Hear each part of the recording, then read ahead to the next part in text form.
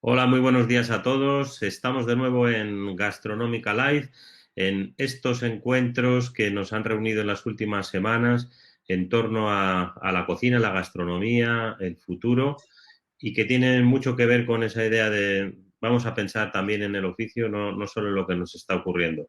Es un tema que también tratamos, pero no en exclusiva.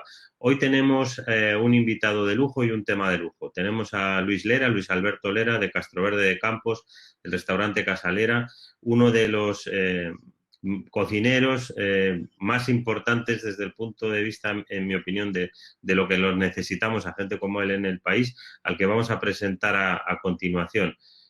Para los que todavía no estén familiarizados con su proyecto, con su persona, que creo que ya en este sector son pocos, gracias a Dios, Luis Alberto tiene abierto su restaurante en Castroverde de Campos, en Tierra de Campos, un pequeñito pueblo de Zamora, y está convirtiendo su vida y su profesión en un ejemplo de compromiso personal. Curiosamente, o sobre todo, lo más relevante no es que esto le está sirviendo a él y a su familia, a su pareja, a su madre, que es quien lleva el restaurante anterior, el restaurante familiar que lleva abierto toda la vida en este pueblo, sino que está sirviendo a mucha más gente como un ejemplo de lo que puede ser ese retorno al campo, como lo que puede ser volver a cocinar un territorio y cómo esto está influyendo en todo el ecosistema. Al final, Luis Lera y toda su gente con su restaurante se han convertido en una parte más de ese ecosistema que además, gracias a no solo a él, pero en una buena medida sí a su empuje, este ecosistema se está recuperando.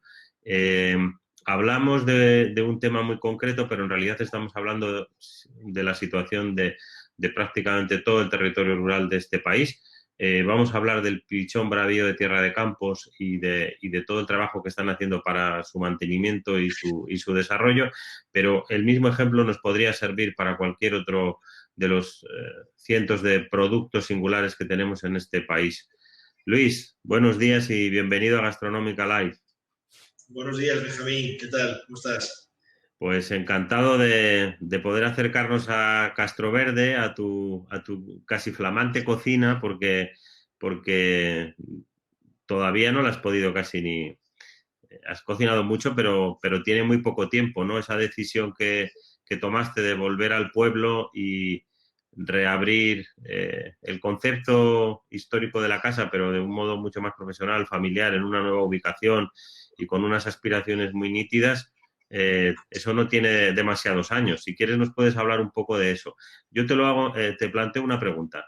¿Cómo se llega en la cabeza de un cocinero de tu talla a tomar la decisión de volver a un pueblo, a tu pueblo, a un pueblo muy pequeño, a alejarte de los clientes, a alejarte de la gente y en lugar de optar por el camino habitual de todo el mundo, que es irse a una gran ciudad donde parece que ahí están ya los clientes y donde incluso uno puede destacar como cocinero más rápido, la decisión que tú tomas es regresar al regresar al nido, ¿no?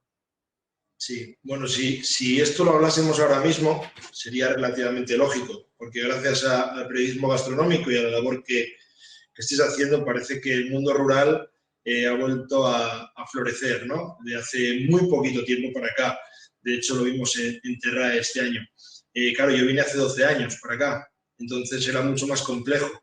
Lera, la actual ubicación abrió hace 4 y medio, va a ser 5 en noviembre, con lo cual era un poco locura. Lo que pasa es que sí que es verdad que yo estaba convencido, el yo tenía una empresa familiar que me iba a dar de comer, ¿no? Que iba a subsistir. Lo que no tenía claro es cuando hicimos el cambio que esto iba a ser tan fuerte y Aquelera iba a mantenerse como se mantiene en la actualidad, o se mantenía hasta el COVID. Me parece, decías, lo rural se ha puesto de moda. Es verdad que en el mundo de la cocina ahora se habla mucho más de los conceptos territorio, del concepto identidad, de todo aquello que está vinculado al concepto madre, que para mí es la autenticidad. La gente está buscando cosas auténticas, ¿no? Y de ahí que el campo esté ofreciendo pues esta alternativa, pero al mismo tiempo es un concepto que está utilizando todo el mundo en cualquier circunstancia. Habla de productores, habla de producto en entornos en donde realmente no hay una garantía ni hay una conexión de esos restaurantes o de esas personas con su territorio.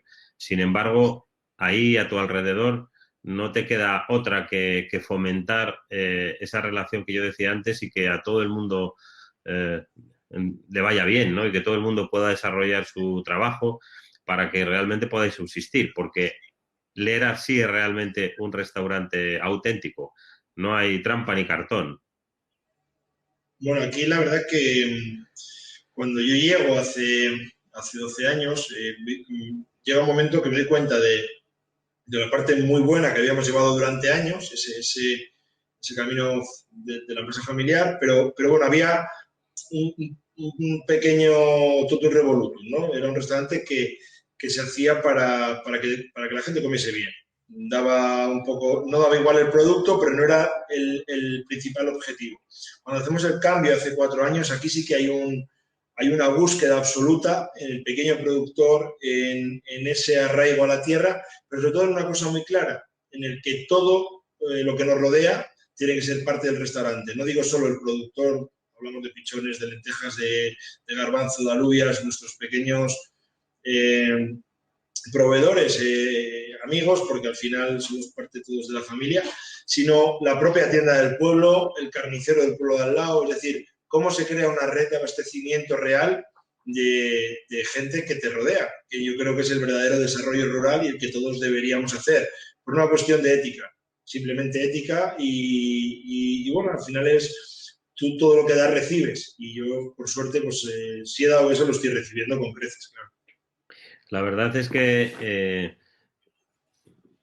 ver ahora cómo se está desarrollando y cómo se ha consolidado tu proyecto es una maravilla, ¿no? O sea, ver cómo te atreviste, te lanzaste, te jugaste el dinero y le apostaste duro a algo que, como decías bien antes, ahora se ve con un poco más de facilidad.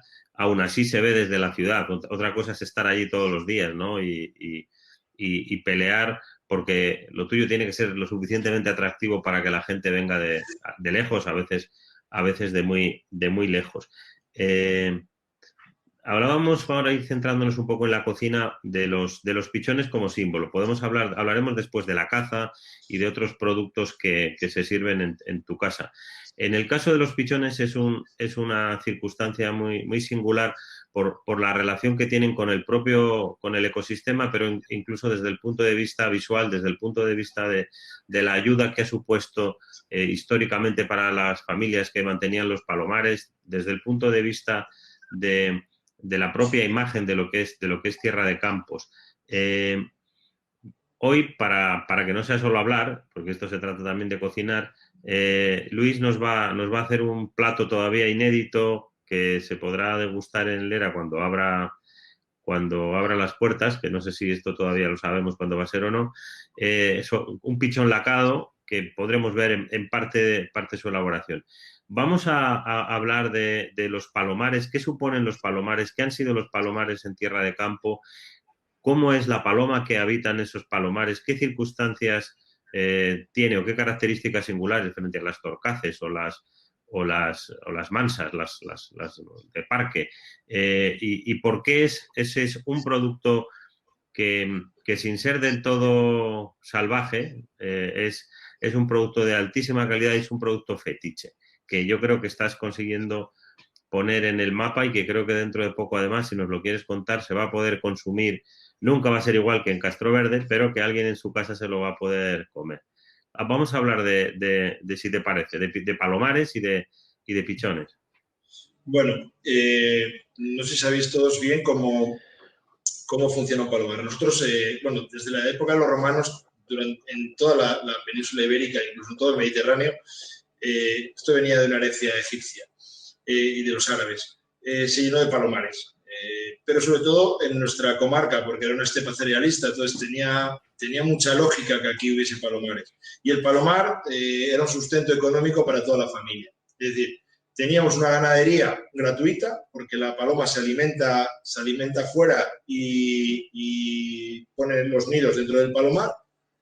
Y quizás sea un caso único de ganadería sostenible, natural y salvaje, porque la paloma se alimenta en el campo, hace una papilla en su buche y alimenta a los pichones que están en los nidales del palomar. La idea es coger esos pichones antes de que salgan del palomar. Si queréis, tenemos una lámina para explicaros un poco, eso es. Ahí podéis ver un poco el ecosistema del palomar. El palomar, hemos hecho un palomar entero y otro para que se vean los nidos, las patejas, son los pequeños nidos que hay en el dibujo del palomar de la derecha, y todo el ecosistema que rodea ese palomar. Árboles, casi siempre se plantaban almendros, higueras, árboles que tuvieran un poco de sustento para la paloma. El cereal, naturalmente, vivimos en una estepa cerealista, entonces la paloma picaba de esos granos que se caían de cebada, de trigo, y sobre todo también en verano del girasol, sobre todo las palomas que ponen de septiembre a finales de octubre, que es cuando dejan de poner, la paloma pone desde marzo a octubre, las que ponen de septiembre a octubre se alimentan mucho de esas pipas de girasol y de almendras tiernas y bueno, van jugando un poco con todos esos ingredientes que nos rodean al palomar. Entonces, hablamos de un animal de una alimentación natural y de un animal que es salvaje, pero no lo es. Es lo que es una rareza, ¿no? Porque sí que es verdad que es una paloma bravía, es una paloma salvaje, pero a veces sedentaria. A la vez duerme en su nidal todos los días. Estamos hablando de una ganadería única en el mundo, probablemente. Y por desgracia se está perdiendo porque bueno, al final por despoblación, por abandono del campo y por cambios de cultivo, este tipo de ganadería está perdiendo. Esperemos recuperarla con el tiempo. Entonces espero que con el dibujo hayáis entendido un poco ese hábitat de la paloma y ese hábitat del pichón. A partir de ahí ya tenemos el pichón en el nido. El pichón empieza a volar a las 4 o 5 semanas, entonces obviamente hay que cazarlo antes de que vuele de ese nidal y llevárnoslo a la mesa, ¿no? Como características de esta paloma, partimos de un animal pequeño, no más de... Nunca pesan más de 250 gramos la paloma bravía. Podríamos hablar de entre 180 y 250 gramos. Y el pichón, calculamos entre 120 y 150 gramos pesa. También dependemos mucho de las épocas, porque claro, aquí estamos hablando que es granja, pero no lo es. Es decir, son animales completamente salvajes, los cuales no hay una homogeneidad entre unos meses, entre unas semanas. Por ejemplo, las palomas ahora están poniendo, llevamos 3 días de tormenta, y entonces estábamos a 20 y tantos grados y ha bajado la temperatura, por lo cual el pichón que está en su nido probablemente no se haga igual que el que se va a hacer dentro de 15 días, que estará más gordito. Entonces dependemos mucho de temperaturas, de cómo cambia el tiempo, de unos meses a otros cambia muchísimo el producto, con lo cual tiene esa parte de magia también, obviamente, que cada semana, cada mes el producto es diferente, ¿no? ¿Cuáles son las características ya desde el punto de vista culinario? En el mundo hay 300 especies diferentes de palomas, en España hay 3 que son las más habituales.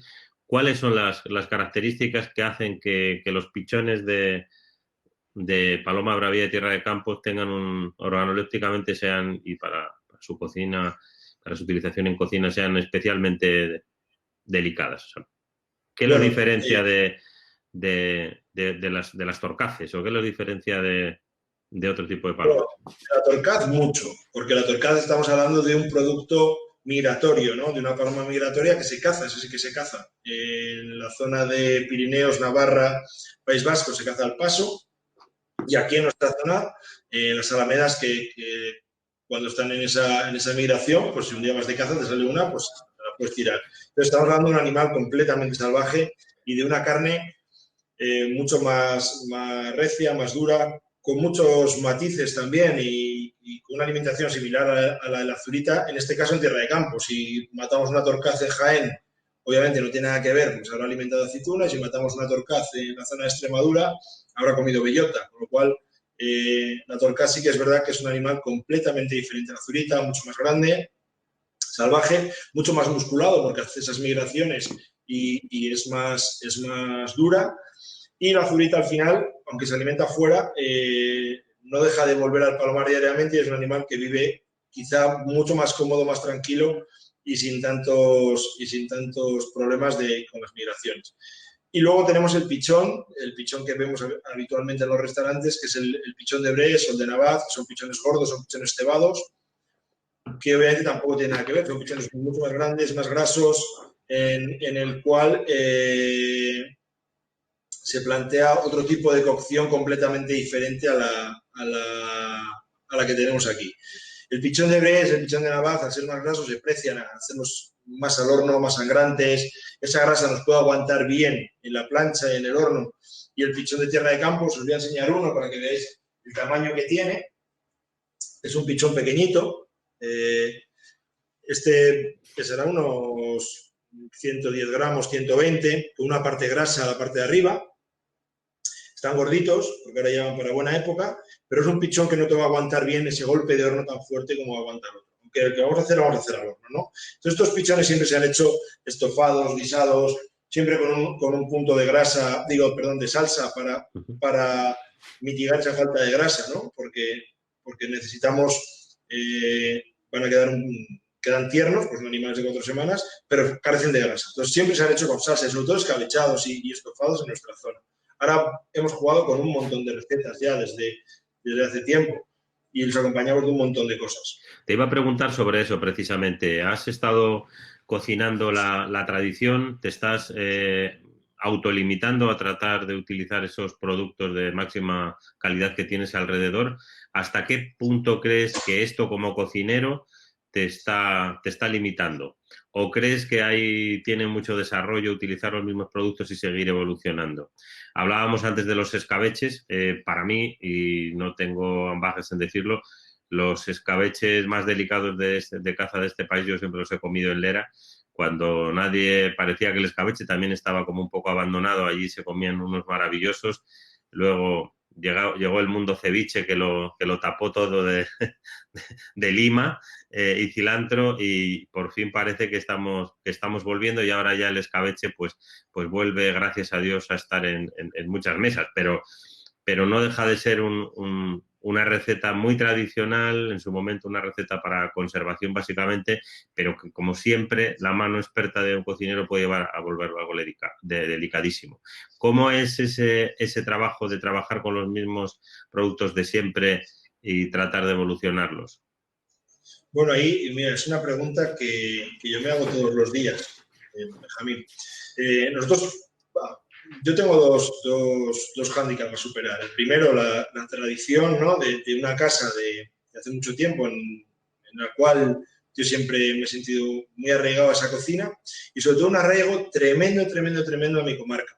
Entonces, cuando hacemos un plato, y hay muchos que no llevan estos ingredientes, porque probablemente clientes me digan, joder, pues has hecho un plato con tal o con cual. Es verdad, pero siempre lo primero que pensamos es en ese arraigo a la tierra y en que siempre el plato tenga un hilo conductor partiendo de la tradición de la cocina de tierra de campos.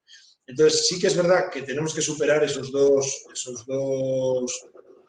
hándicaps, pero luego hay una cosa que sí que es maravillosa. Cuando consigues ese plato que bebe tradición, que tiene sabor, que creo que va a llegar a la mesa de una forma elegante, no como llegaba hace 40 años, pues el resultado es bastante bueno. Se me olvidó antes comentarte, cuando hablábamos de los escabeches, hemos empezado un proyecto que claro que te lo quiero contar, cómo no. Para mí es un honor y quiero presentarlo con vosotros. Hemos empezado un proyecto con Cascajares, con la empresa de Palencia, para escabechar pichones y para que puedan llegar a las mesas de cualquier punto de España y de Europa. La verdad que ha sido un trabajo, nos lo ha facilitado mucho porque ellos son muy profesionales y las pruebas que hemos hecho, el pichón llega perfecto a la mesa, llega, con un escabeche elegante, muy rico de sabor y sobre todo con una textura alucinante. Y pronto nos pondremos con ello, pronto creo que pueda salir a la venta, estamos ya trabajando a tope y mira, ayer estuvimos ya un poco con ello y espero que en pocas semanas puedan llegar ya a las mesas de toda España. Uh-huh. ¿Y cómo se va a recibir? ¿Eso es en alguna atmósfera de estas especialmente? Sí, va a ir en bandeja, ¿no? porque a mí había algo que me importaba mucho, que es que el pichón fuera entero. algo que la gente odia, que es que la ave vaya entera, para mí es algo que necesito que vaya así. ¿Por qué? Porque, primero, guarda todo lo que tiene que guardar, de jugos, no lo rompes, los interiores del pichón, que para mí son muy importantes comerlos, y sobre todo que a la hora de abrirlo no se destroce, porque cuando tú tienes un escabeche en un tarro, al sacarlo se puede romper, si lo tienes en una lata podría romperse. Entonces lo que nos plantearon desde Cascajares era hacerlo en una bandeja para que lleguen perfectos. Es abrir la bandeja, te los podrías comer ya incluso en la propia bandeja, ¿no? Y quedan enteros y con una textura muy, muy buena. Y sobre todo eso, que te llega el pájaro entero, que para mí es muy importante. Bueno, habrá que probarlos en cuanto podamos. Si te parece, Luis, podemos empezar a cocinar un poco, para que no te quedes frío. Si te parece, Te voy a contar, nos puedes ir contando lo que os vas voy a a contar hacer. un poco. Este plato es una... bueno, llevamos haciéndolo muy poquito tiempo y de hecho no ha salido todavía a las mesas del restaurante, pero me apetecía hacerlo por lo que hablabas antes, ¿no? De bebemos tradición, bebemos cultura, pero también necesitamos cambiar como cocineros, como personas, hay una evolución que necesitamos llevar a cabo. Entonces, quería hacer un pichón al horno, pero no quería hacer un pichón al horno normal, como por el tratamiento que le tenemos que dar a este tipo de aves, porque no se va a comportar igual que un pichón gordo, un pichón cebado. Entonces, lo que hacemos es el pichón lacarlo con una glasa, en este caso es de manzana. En invierno lo hacemos con pera de invierno y especiamos, hacemos una maceración. Os voy a enseñar. Encima, como habéis tenido ahí a Ricard el otro día y un poco bueno, un poco no, esta receta es suya, es de su libro, lo que hacemos es una maceración de varios productos al vacío, congelamos para romper fibras y luego extraemos ese jugo que nos suelta, en este caso la fruta. Esto es una maceración de pimienta negra, que simplemente la hemos machacado en el mortero, polen de abeja, manzana y calvados, unas gotas de calvados para meterles un punto alcohólico que a la caza siempre le viene bien. Lo que hacemos, ¿Las manzanas son manzanas ácidas? No, en este caso es manzana madura. Okay. En este caso es manzana madura porque lo que buscábamos era un aporte un poquito más dulzón al ave. Lo que te decía, el plato normalmente lo hacemos con pera de invierno, porque la pera suelta mucho más jugo, suelta mucho más agua y ese agua nos viene bien. Lo que hacemos, una vez que hemos congelado y descongelado y veis ese jugo que suelta, es colarlo y reducirlo un poquito. Y hacemos una glasa, no sé si la podéis ver desde ahí, se ve mal, y con esa glasa lacamos el pichón. Lo lacamos más o menos durante unas 5 o 6 horas a temperatura ambiente. Y vamos pintando cada 20 minutos, 25, siempre a temperatura ambiente. No secamos, como se podría hacer en la cocina oriental, pero sí vamos lacando. Vamos lacando durante ese tiempo para que la piel del pichón se impregne de esa melaza. Es una melaza natural, sin azúcares añadidos, que para mí hay algo también muy importante, que son las digestiones. Porque claro, cuando tú tomas muchos platos de caza, necesito que las digestiones sean buenas y no tengamos demasiada potencia ni demasiados ingredientes añadidos, pues la digestión puede ser horrible. Una vez que han pasado ese tiempo, horneamos el pichón. Lo voy a meter al horno ahora durante 8 minutos a 192 grados, ¿vale? ¿En horno convección? ¿Un horno seco? Sí, horno seco. Ok. Bueno, mientras Luis está trabajando y se va hasta el horno, yo os cuento que algún detalle. En Lera al año se consumen en torno a 10.000 pichones. El conocimiento tras este trabajo con 10.000 unidades al año durante muchos años, el conocimiento del producto que tienen en esa casa es absolutamente insuperable. Ojalá pudiéramos tener en la medicina, los humanos, a alguien que conociera tan a fondo nuestro cuerpo. Luis, ¿cómo haces para para poder proveerte de esas cantidades de pichones que ya empiezan a ser tan importantes, y a partir del proyecto que hoy nos has adelantado en exclusiva, probablemente vais a necesitar muchos más. ¿Cómo es ese proceso en el que os habéis implicado tanto para que existan ese número de ejemplares y con qué gente estáis teniendo que trabajar, cómo estáis implicando ese gran proyecto que ya se sale del restaurante y que se extiende por todo el pueblo y diría por toda la comarca de Tierra de Campos? Bueno, nosotros siempre, toda la vida en el restaurante familiar, como todos los restaurantes hasta hace 30 años, pues te venían vecinos con los pichones. Cuando esto se profesionaliza mucho más y hay muchas más normas higiénico-sanitarias, pues obviamente necesitábamos ya hacerlo más profesional todo, ¿no? Y sobre todo cuando vas moviendo ya esa cantidad. Entonces, tuvimos la suerte que se montó un matadero en Cuenca de Campos, un pueblo aquí cerquita, 25 kilómetros, y a partir de ahí empezamos a trabajar con ellos. Actualmente el matadero lo lleva una fundación, se llama Fundación Rehabitar, y su empresa se llama Las de Campos, y a partir de ahí hemos empezado a trabajar con ellos.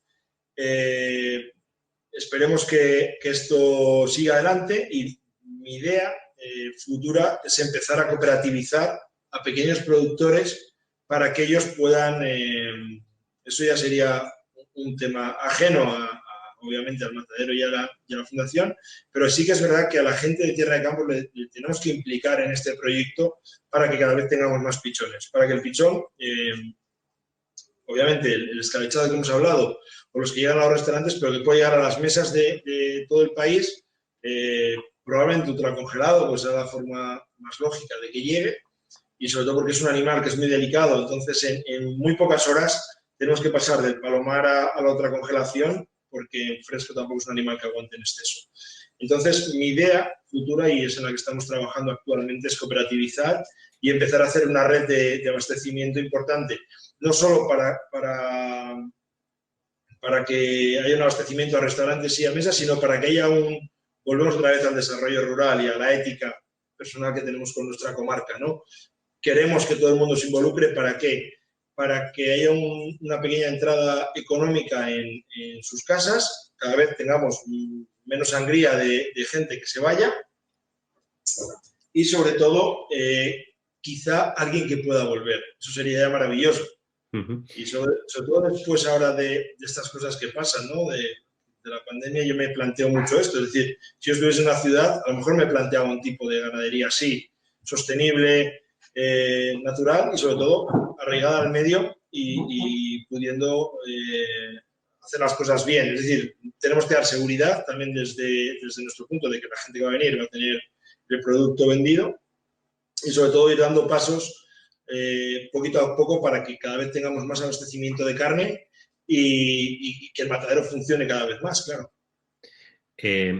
¿Hasta qué punto crees que puede... Dos preguntas. ¿Hasta qué punto crees que puede llegar a ser importante en esta circunstancia tan relevante de poder ayudar a fijar población al territorio, de completar las rentas de agricultores, que muchos de ellos son incluso jubilados con pensiones bajísimas?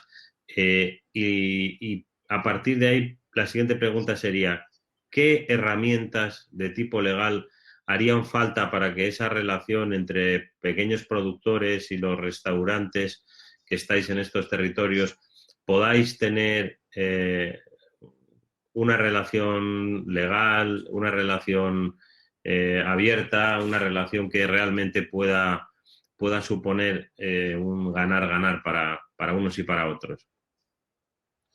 Bueno, respecto a la primera pregunta, es verdad que obviamente a lo mejor del pichón no puedes vivir solamente, porque bueno, es un producto temporal, se da en ciertos meses, pero sí que es verdad que es un apoyo a esa renta, y luego es un animal que no requiere de cuidados. Con trabajar a la semana muy poquitas horas, el palomar se va autogestionando, ¿no? Hay que tenerlo limpio, hay que tenerlo bien, pero tampoco es algo que te quite mucho tiempo. Pero sí que es verdad que puede resolver parte de esa economía familiar de pequeños agricultores, ganaderos que están en la zona. Incluso podríamos profesionalizarnos mucho más y llegar a hacer una red de abastecimiento importante, porque la paloma es algo que se reproduce bastante deprisa y puedes tener cierta cantidad ya en poco tiempo. Y yo creo que sí que es un aporte económico importante para las familias que viven en los pueblos. Y sobre todo, si ya luego tienes un palomar, no lo dejas caer, ya no es un aporte importante económico, es un aporte importante cultural. Es decir, nosotros tenemos que también vivir un poco de eso, ¿no? Tenemos un monumento cultural que se está derruyendo, que es el palomar, que necesitamos mantenerlo vivo, porque si no las generaciones venideras no van a conocer ninguno en pie. Entonces, no solo hay un tema económico, que yo creo que es el más importante, ¿no? Y actualmente mucho más, pero hay un tema cultural que está ahí y que nos han dejado nuestros ancestros. Hay palomares de 400, 500, 300 años que no podemos dejar caer, porque al final son pequeños monumentos que están diseminados por toda la comarca que se están cayendo, ¿no? Claro. Son de barro y el barro cuando llueve pues se va muy deprisa. Entonces necesitamos que no solo haya ese motivo económico, sino hay un motivo que nos tiene que nos tiene que llamar, que es esa pasión, ¿no? Por nuestra tierra y por nuestro entorno. Uh-huh. Eso en cuanto a la primera pregunta. En cuanto a la segunda, en el tema de la legalidad, en el Pichón no hay problema porque tenemos un matadero completamente legal, sería llevarlos allí y este matadero lo que haría sería matar y comercializar. Y en cuanto a otros productos, y esto es algo que siempre lo defendemos y lo hablamos y creo que es cada vez más importante, sobre todo si queremos vender honestidad y si queremos vender nuestra tierra. Es abrir un poco ese abanico de productos y sobre todo abrir un poco esas leyes que nos permitan comprar productos a nuestro entorno, ¿no? No solo hablo de animales, de caza o de otra cosa, sino de verduras, legumbres, hierbas, cosas que van produciéndose en nuestra tierra. Tú sueles contar, Luis, que para ti es más fácil servir atún pescado en el Índico. No sé si está el horno llamándote. No, todavía no. Vale. Sueles decir, es más fácil servir en Lera atún del Índico que unas lentejas que tiene mi vecino, ¿no? O un producto que tiene mi vecino. El ejemplo lo puse con una perdiz y fue creo que un ejemplo perfecto, ¿no? No solo me pasa a mí, nos pasa a muchos. Al final hay muchos productos que lo han hecho muy bien y nos llegan muy fácilmente a nuestras mesas. Quizá no con tanta verdad, porque... Bueno, por los que estabais preocupados por el punto del Pichón, tranquilos, que ya vemos que tiene un timbre a la altura del restaurante. Vamos, es imposible no escucharlo. Bueno, aquí viene Luis con el pichón lacado. El pichón ya está horneadito y ahora vamos a hacer la salsa en un minuto. Te voy contando. Sí que es verdad que esa reflexión es real. Es decir, nosotros ahora mismo desde Castroverde por internet podemos hacer compras de un montón de productos que nos van a llegar a la mesa en muy poco tiempo. Y, sin embargo, mi vecino mata una perdiz y no tengo ninguna forma de que esa perdiz llegue a mi mesa. Entonces, lo que yo quiero es que dentro de una legalidad y obviamente dentro de unas reglas higiénico-sanitarias, esos productos puedan llegar a la mesa de un restaurante. Entonces, es donde realmente contamos verdad. Pero no solo con la caza, sino con otros muchos productos, pollos de corral, gallinas, otros cabras, cosas que, bueno, con el lechazo lo tenemos muy fácil, la gente del lechazo lo ha hecho muy bien, pero creo que ahí sí que le tenemos que dar una pequeña vuelta y bueno, en ello estamos, ¿no? El otro día el lunes pasado tuvimos aquí al ministro de Agricultura, hablamos con él de algunas de estas reivindicaciones que estaban recogidas en el manifiesto de Zafra que se aprobó en el Congreso Terrae, que celebramos ahí en diciembre, si te acuerdas, y después, en el entorno del ministro, yo percibí cierta sensibilidad a concretar y a poder estudiar todas estas circunstancias. Creo que ahora más que nunca y lo justo es tratar de manera diferente a los que son distintos. O sea, no puede ser que las mismas exigencias tenga una gran multinacional que un señor de Tierra de Campos, que de allí de Castroverde, que tiene, como tú decías, caza 3 perdices y tiene un pequeño huerto del que extrae algo más de producto del que autoconsume, ¿no? Entonces, creo que aquí se acabará imponiendo el sentido común. En la medida en la que nosotros podamos, ya sabes, Luis, que vamos a ayudar a empujar para que esto sea una realidad. Sí, lo sé que estás haciendo un trabajo magnífico y la verdad que sí que, mira, hoy te lo he agradecido muchas veces, pero hoy una vez más, porque desde Zafra nació algo muy bonito y algo que creo que nos está dando mucha fuerza a los demás para seguir adelante también. Y ese empuje que nos estáis dando. Pero sobre todo, yo creo que hay que apelar una vez más al sentido común, ¿no? Y cuando viaja la gente hasta nuestras zonas a comer, en zonas despobladas, como puede ser la nuestra, puede ser Arrea en Campezo, puede ser Nacho en La Salgar o Ronquillo en Ramales o cualquier restaurante rural de nuestro país, ¿no? Cuando yo llego allí, quiero comerme ese territorio.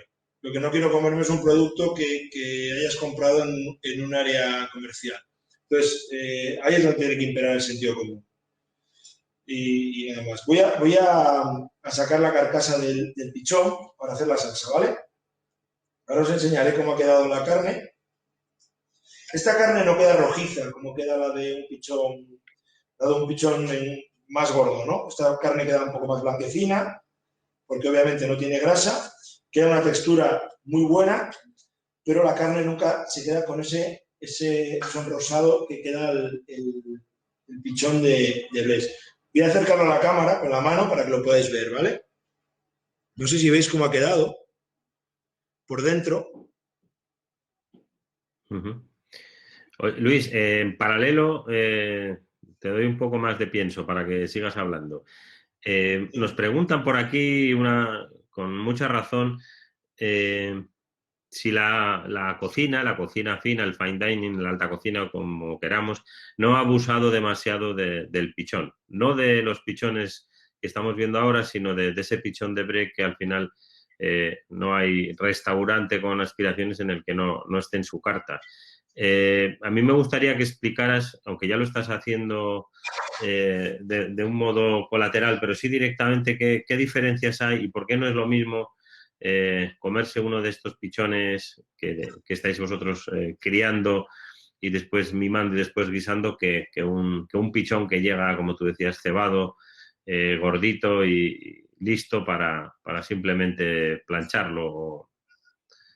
Bueno, el pichón de Brest ha llegado a todas las mesas porque lo han hecho muy bien. Han hecho una comercialización perfecta. Un animal que llega a las mesas muy bien, que llega a los restaurantes muy bien de precio y calidad. Y sobre todo que es un producto curioso para poner una mesa. Entonces, yo no creo que sea una fatalidad que el pichón de Brest llegue a la mesa. A mí me parece fantástico. Simplemente no tiene nada que ver con lo que estamos tomando aquí. Quizá nosotros tengamos que apoyarnos un poco de ellos, cómo lo han hecho tan bien para llegar a todas las mesas, y ojalá el pichón de Tierra de Campos, yo tampoco quiero que esto se masifique, pues sería imposible, ¿no? Pero sí que llegue a muchas más. Pero sí que es verdad que ese pichón ha llegado a las mesas porque han hecho un marketing perfecto y han llegado a las mesas de maravilla. Otra cosa es que los cocineros no hayamos sabido parar ahí, ¿no? Y es verdad que ha habido un momento que el pichón ha llegado a muchísimos restaurantes y sin filtrar. Entonces, bueno, es un producto fácil también, ¿eh? Y bueno, a mí me encantan, la verdad. No me los encuentro siempre ricos como quiero, pero es un pichón fantástico. Entonces, yo creo que no es una fatalidad que el pichón esté en todas las cartas, sino, oye, habrá que aplaudir a la gente que lo comercializa porque lo ha hecho de maravilla, claro.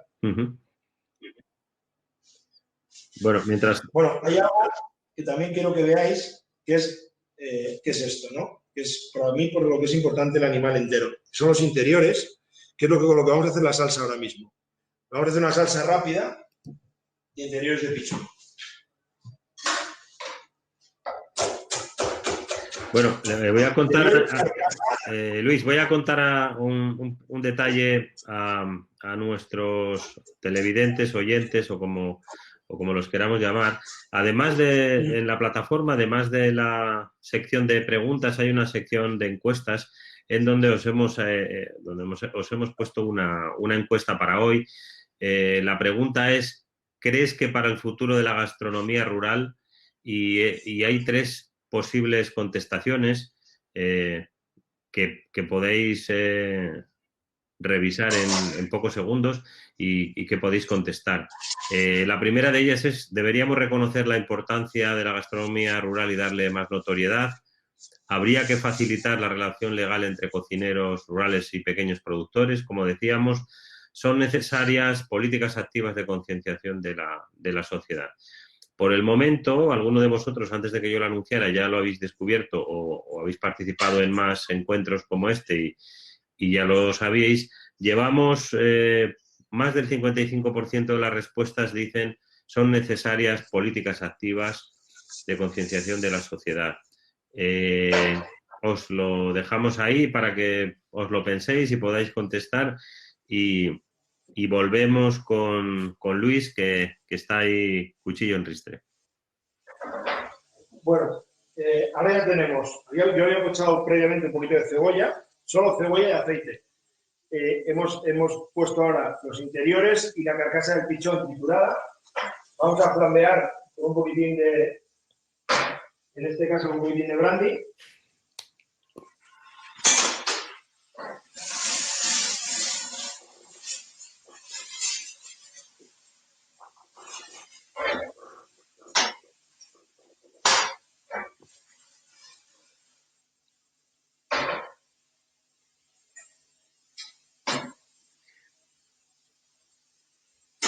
Ahora le voy a hacer, cuando vuelva, le voy a hacer una pregunta difícil a Luis, porque ahora como está entretenido es el momento.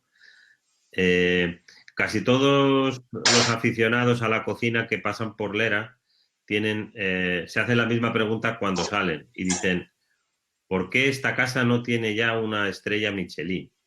Yo también me la hago todo el tiempo. Hay un dato que no había tenido en cuenta y que uno de vosotros acaba de escribir en las preguntas. Dice, ¿le penaliza a Michelin a Lera el servir aves enteras con su esqueleto en lugar de, como a ellos les gustan, las aves despiezadas? La pregunta era hacia mí. No sé, la pregunto al viento, pero la puedes contestar tú. Yo me lo estoy preguntando también porque no he encontrado hasta el momento ninguna explicación desde el punto de vista de servicio, de calidad de cocina, de singularidad de proyecto, de autenticidad que justifique que no la tengáis. Entonces, siempre estoy tratando de buscar una respuesta. Entonces, me ha parecido curioso lo que este compañero aquí de charla acaba de plantear. Digo, a ver si va a ser que... Bueno, puede ser, no lo sé. Yo creo que Michelin tiene sus criterios y son muy loables y bueno, son los suyos y me parecen perfectos, ¿eh? Quizá tengan alguna razón por la cual no debemos tener una estrella, pero nuestra única solución es seguir trabajando, seguir haciéndolo bien y seguir esforzándonos día a día para que el restaurante sea mejor. Yo siempre digo que Lera trabaja para que sus comensales disfruten y coman bien. Es nuestra única búsqueda diaria, que el que llega hasta Castro Verde coma de maravilla y se sienta a gusto. Es algo muy importante también. Luego los premios y que tengan que llegar y las cosas que tengan que llegar, llegarán. Entonces, yo creo que Michelin tendrá sus criterios y al igual que otras guías y tenemos que aprender y seguir esforzándonos, nada más. Bueno, una respuesta políticamente correcta, increíble, ha salido del paso sin pisar ningún charco. También te digo una cosa, nunca vamos desglosando cosas, pero nunca admitiría que un pichón de Tierra de Campos vaya desglosado. No es mi búsqueda. Mi búsqueda es completamente otra. Es decir, el que llega hasta aquí tiene que comer autenticidad. Y en eso, por eso ponemos la ventera, por eso hacemos otras muchas cosas que creemos que deben ser así. ¿Que son mejorables? Obviamente, todos tenemos que mejorar, todos tenemos que cambiar un montón de cosas. Pero bueno, yo la lectura que me queda en todo esto es que nuestra casa tiene que avanzar y que mejorar mucho aún. No, yo no te estaba invitando a que lo hagas, ¿eh? Yo quiero sentir los huesos en mi boca y me gusta hacer de trituradora, ¿no? Salen unos jugos increíbles, ¿no? Creo que además hay un problema generacional de la relación con la comida que proviene de los animales. Hay una generación que está teniendo dificultades para enfrentarse a ella, precisamente porque parecen animales, cuando debería ser al contrario, ¿no? Solo la gente quiere esto que nos reíamos antes de los americanos, que solo eran capaces de comer pedazos de carne de forma cuadrada, ¿no? Bistec o chuletas. Y es verdad que está ocurriendo incluso con el pescado, ¿no? Creo que es una pérdida colectiva de algo muy importante, que es el reconocimiento de ese lugar de procedencia, ¿no? Queremos lo auténtico y luego queremos que nos den un pedacito de carne sin huesos o espinas en el plato, ¿no? O sea que Dios me libre, no estaba tratando de influirte, solo lo planteaba porque me ha parecido muy, muy curioso. Bueno, la verdad que puede ser alguna penalización, pero hay algo, lo que bien decías, Benjamín, es que estamos perdiendo un poco esa relación con el alimento y esa relación con la naturaleza también. Y va mucho más allá de los huesos de los pichones o los huesos de un animal. Nosotros tenemos muchos clientes que cuando les ponemos un animal entero se horrorizan, ¿no? E incluso tenemos la gente de sala, se lo tiene que deshuesar un poco en sala y tal y cual, y ayudarles un poco a hacerlo más llevadero. Pero es por un tema psicológico. Yo ya no me puedo meter, ¿no? Los temas psicológicos de cada cliente no me puedo meter, pero sí hay algo que me preocupa enormemente, que es esa separación tan grande que tenemos la gente del campo con la gente de la ciudad. Y en esa separación hay muchas cosas, desde los insectos, a los olores, a los huesos, a los animales, a un montón de factores que si nos tuviésemos que limitar a ellos, lo mismo, tampoco tendría sentido, ¿no? Entonces sí que es verdad que el problema radica mucho más allá de los propios huesos, radica en lo que te comentaba, en esa separación tan grande que tenemos entre el mundo rural y el mundo urbano. Luis, si puedes bajar luego un poquito la cámara para cuando te alejas del fuego no te vemos bien. Si lo puedes mover un poquito hacia abajo. O sea, ahí. Perfecto, sí. Así está perfecto. Vale.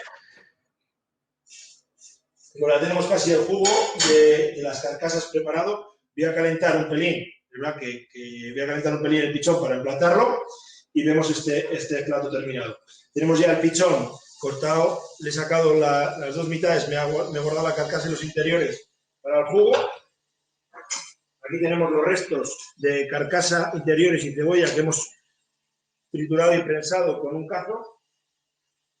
Tampoco me gusta hacerlo en exceso porque me gusta que las salsas sean más nítidas, más ligeras y más suaves. No trituro en exceso.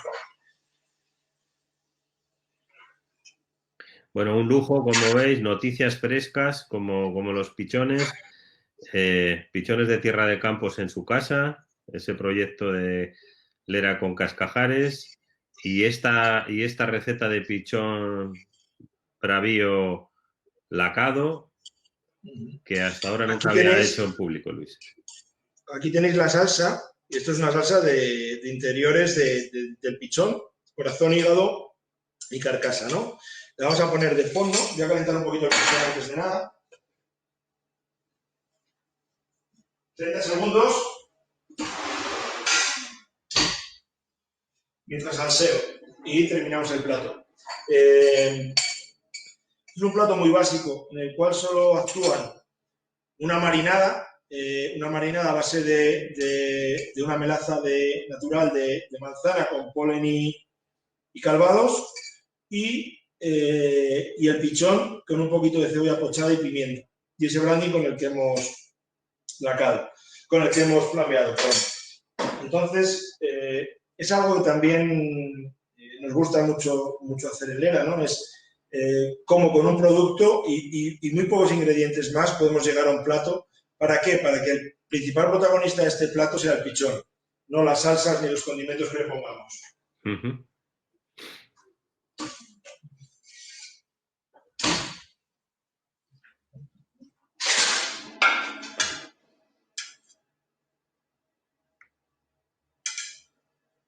Estás poniendo pechugas y muslos, ¿no? Sí, pechuga, muslo y ala. Aquí va sin deshuesar. Y tenemos el jugo abajo, el pichón. Y aquí ya empezaríamos a jugar, porque encima la piel ha quedado como una corteza. Entonces tienes que ir mordiendo y ir jugando un poco con los huesos y con la carne. Bueno, Luis, Y ya tendríamos el plato terminado. Pues muchísimas gracias. Ahora no te podemos aplaudir todos porque no se va a escuchar, pero lo que toca es un aplauso colectivo. Sube un poquito la cámara porque ahora ya, eso es, ahora ya te vamos a ver a ti. Hemos venido hablando durante toda la charla, que aunque no creas, han pasado ya 50 minutos de los pichones, pero Tierra de Campos no solo son pichones, Lera no solo son pichones. Háblanos un poco de tus productos icónicos que no sean el pichón, todos esos otros maravillosos que se pueden degustar en vuestra casa. Y hablo desde las liebres, las alubias de Saldaña, codornices, de todo tipo. ¿Qué más cosas? ¿Cuáles son tus productos fetiche? ¿Con qué te gusta cocinar y cuáles son los que te gusta comer a ti? Bueno, a mí comer todos. La verdad, soy muy tragón y me gusta mucho comer caza encima. Pero si tuviese que elegir un animal de caza, me quedo con la liebre. Con la liebre de aquí, ¿eh? No digo que las otras sean malas y en ese aspecto sí que soy muy defensor de la liebre de Tierra de Campos por su forma de comer, por su forma de moverse y porque cuando llega a la mesa es un producto único. Entonces, pisar liebre y hacer platos con liebre me encanta. Y sobre todo porque yo creo que ahora ya son tan escasas que cuando llega una liebre buena de verdad, disfruto tanto haciéndola que me parece un manjar.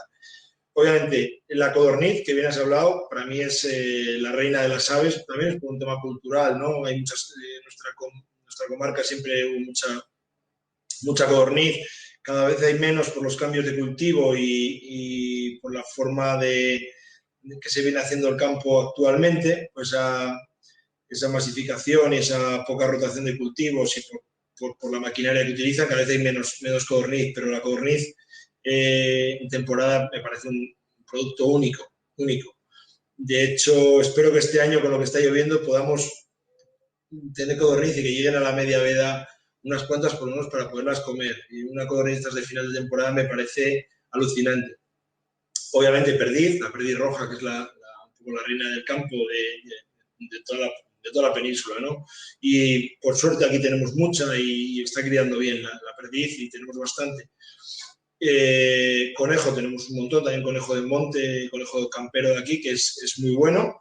Pero si me tuviese que quedar con dos, me quedaría con la liebre y con la codorniz de campo. La relación, decíamos antes, de Lera, el restaurante, de las personas que lo forman con el territorio, no es simplemente lo que ocurre dentro de la cocina. Luis está más horas en el campo que las palomas, ¿no? Yo creo que ellas pasan más horas durmiendo en el palomar que tú.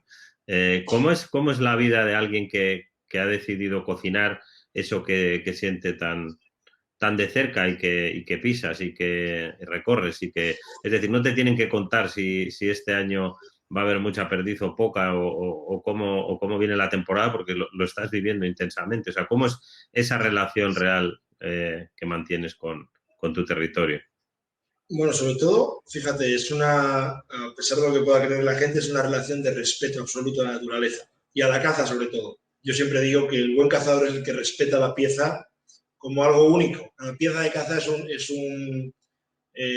no son como los pollos que se crían 25.000 en una nave. Cada pieza de caza que está llegando a nuestra mesa hay que respetarla, hay que tratarla, hay que mimarla, hay que darle una muerte digna y un lance bueno y luego dignificarla en la mesa, ¿no?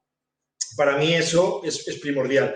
En el día a día, pues es una cuestión sobre todo de respeto. En mi caso, yo salgo al campo todos los días y ahora, desde que me dejan pasear, ya salgo 2 veces al día, mañana y tarde muchas veces, tanto caminando como en cuanto pueda salir a caballo, pero bueno, ahora sobre todo caminando.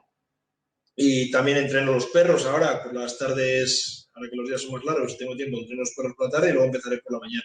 Pero sobre todo, hay un vínculo con el campo que es real, es decir, yo sé que este año va a haber perdices porque tienen muchas parejas, empezarán a anidar ahora, porque hasta ahora no han anidado, porque ellas barruntan agua también, entonces cuando barruntan agua no ponen el nido y mucho mejor, porque si ponen el nido con las tormentas que ha habido se lo hubiera llevado el agua. Con lo cual, espero que este año sea un buen año de perdiz, y lo voy viendo. Liebre estoy empezando a ver porque veo huella en los caminos. Estos días que ha llovido ya se va viendo muestra.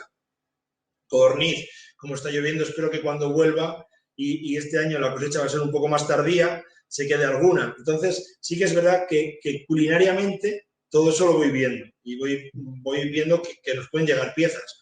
Luego, la naturaleza tiene muchos imprevistos y nos puede jugar alguna mala pasada. Pero lo lógico es que ese tipo de piezas estén ahí. Pero lo que te digo, para mí es muy importante el tema del respeto al medio y del respeto al campo. Y sobre todo el darle a las piezas esa buena muerte, ¿no? que deben tener.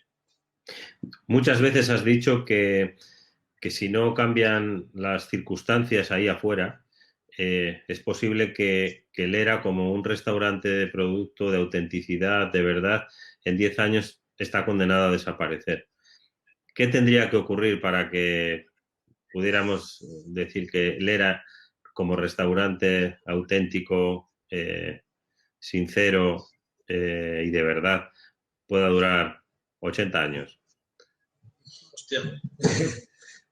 Bueno, sobre todo, todos estamos viendo, y encima lo estamos viendo ahora con el confinamiento, que la naturaleza nos está avisando.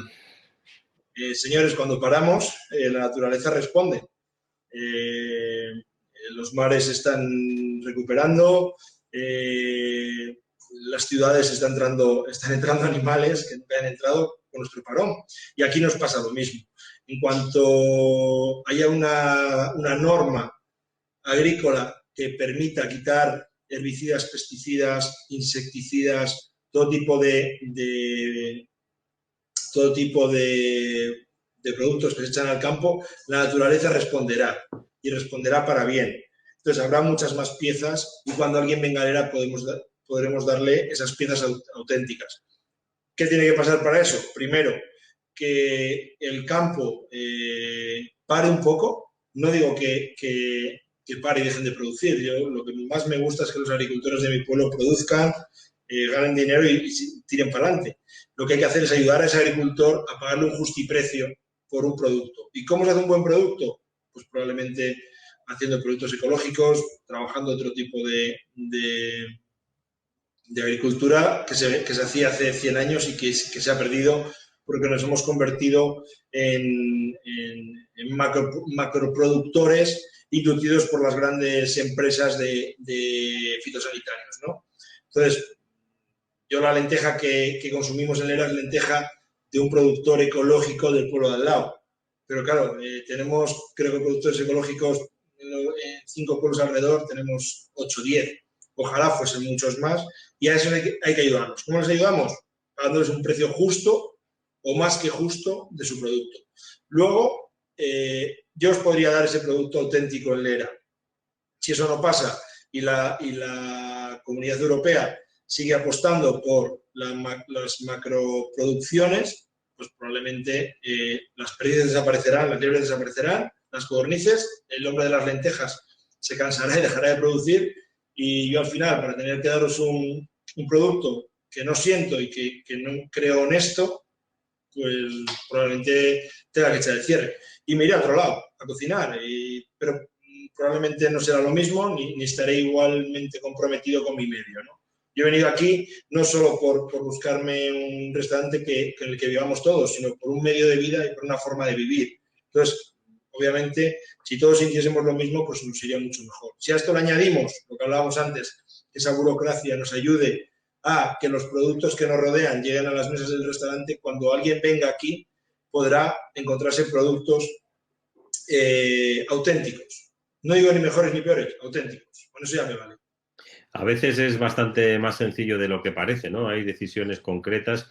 Tú no has querido nombrar ninguna marca, ningún producto, pero hay alguno de estos pesticidas que en casi todos los países de la Unión Europea se han prohibido y España sigue ahí, hablo del glifosato, sigue ahí, que sí, que no, que sí, que no sabemos. O sea, hay decisiones en algunos momentos que son muy complejas, pero otras son bien sencillas. Llevamos ya 1 hora de charla y nos vamos a tener que ir despidiendo. Aquí tenéis el ejemplo de Lera, de Luis y de toda su familia, su gran familia con toda su gente, porque claro, todo el que cocina en Lera, que no es un Lera, pues acaba formando parte de la gran familia de los Lera en este pueblo, que es un poco más pequeño que Nueva York, pero en muchas cosas mucho más interesante. Lera es un ejemplo de esta punta de lanza en la que se están convirtiendo algunos cocineros rurales en este país y que están ayudando a dar voz y a visibilizar territorios que hasta que ha llegado esta pandemia se encontraban en una situación realmente preocupantes. Luis, ¿quieres añadir alguna cosa? Yo, si no, voy a acabar haciendo una... Luis me responde siempre a todas las preguntas que le hago, menos a una, que es la receta de las lentejas. Las lentejas de Luis Alberto Lera son las mejores lentejas que yo he comido en mi vida, pero no penséis que lo va a decir porque eso no lo dice nunca. Os puede contar cualquiera No, de te lo diré, sí, sí. a cualquiera de las otras. No las haré en directo, pero te prometo que todo el que venga aquí, yo le enseño a hacer lentejas. Bueno, Pero aquí sí que es lo más importante, no es la receta, es la lenteja. es la lenteja. Ahí yo tengo muy poco que ver. Bueno, Bueno, añadir poco más, sobre todo agradeceros a todo el grupo gastronómico de Vocento que me dio la oportunidad de estar aquí, de todo lo que estáis haciendo por la gastronomía y en lo que a mí me toca, en la gastronomía rural, ¿no? Como te comenté antes, desde Terrae nació un germen que para un restaurante como el mío ha sido muy importante y que haya esa sensación de unidad y de lucha por el medio rural y por la gastronomía rural y sobre todo, bueno, daros las gracias y sobre todo la oportunidad que me habéis dado de estar aquí con vosotros pasando esta mañana tan bonita. oye, ¿cuándo vamos a poder ir a Castroverde? En cuanto autoricen que se puede ir de una provincia a otra, ¿no? Pero ¿vosotros en qué estáis pensando a la hora de poder abrir? Digo, que no te vas a encontrar con mucha gente. En Nueva York sí, pero en Castroverde se puede organizar para... Yo me encuentro más gente ahora con el confinamiento que un día normal, casi. Pero bueno, nosotros la idea es abrir en julio, es decir, primer fin de semana de julio, si todo sigue como hasta ahora y se pueden abrir ya las comunidades autónomas, pues abriremos en julio. Ten en cuenta que nosotros tenemos un tanto por ciento muy alto de nuestra clientela es de fuera de la provincia y de fuera de la comunidad, ¿no? Una vez que se pueda mover la gente de Valladolid, León, Salamanca, Madrid, pues abriremos las puertas. Mientras, pues bueno, estaremos tranquilos, que creo que es un momento de estar tranquilos, de tener paciencia y de ver siempre la parte positiva de todo esto, ¿no? Dentro de la desgracia, pues bueno, abrir ya con ciertas garantías de disfrute. Yo no digo de seguridad, porque ya la seguridad no la puedo transmitir, porque no es mi cometido, pero sí el disfrute, ¿no? Entonces, con ciertas garantías de disfrute. Bueno, pues esto ha sido todo. Casa Lera, un restaurante que si no existiera habría que inventar y al que tenemos que proteger tanto más que a los palomares, porque en realidad es el gran palomar que cobija a los palomares, ¿no? Como siempre, disculparme todos aquellos a los que no he podido meter en la conversación a vuestras preguntas, porque sois muchos y muy diferentes. Recordaros que todo esto lo tenéis para poder ver más tarde o cuando queráis en la web de Gastronómica. Invitaros a participar en los próximos días en los encuentros con Carmen Ruscalleda, Toni Massanés, Nando Yubain, Viviana Varese y seguro que me olvido alguno, pero como aperitivo creo que con eso es suficiente. Nos vemos, espero que muy pronto, Luis. He conseguido arrancarte en público tu compromiso para enseñarme a hacer las lentejas y este ha sido la segunda cosa mejor del día. La primera la charla y la segunda las lentejas de Lera. Vaya. Pues nada, aquí tienes tu casa, Benjamín, y nada, un abrazo enorme y muchísimas gracias. Un saludo a todos. Adiós.